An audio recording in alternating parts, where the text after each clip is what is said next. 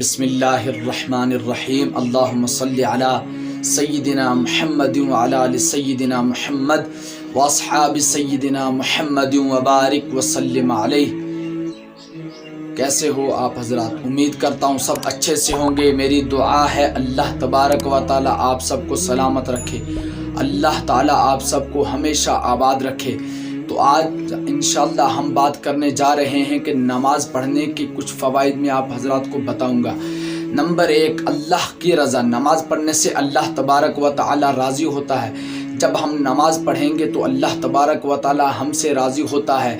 Number 2، دل اور چہرے کا نور۔ نمبر 3، جسم کی راحت۔ نمبر 4، رحمت کا ذریعہ۔ نمبر 5، بے حیائی اور برے کاموں سے چھٹکارا۔ جب ہم نماز پڑھیں گے تو بے حیائی اور برے کاموں سے ہمیں چھٹکارا ملے گا۔ نمبر 6، رزق میں کشادگی۔ نمبر 7، قبر میں ساتھی۔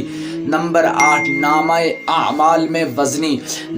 اچھے جو ہمارے نامہ اعمال ہوں گے ان میں وزنی ہوگا، ان میں وزن ہو جائے گا نماز کی وجہ سے۔ نمبر 9، جنت میں داخلے کا پروانہ۔ نمبر 10 یہ ہے کہ آگ سے نجات کا سبب، دوزخ کی آگ سے نماز پڑھنے سے نجات کا سبب بن سکتا ہے۔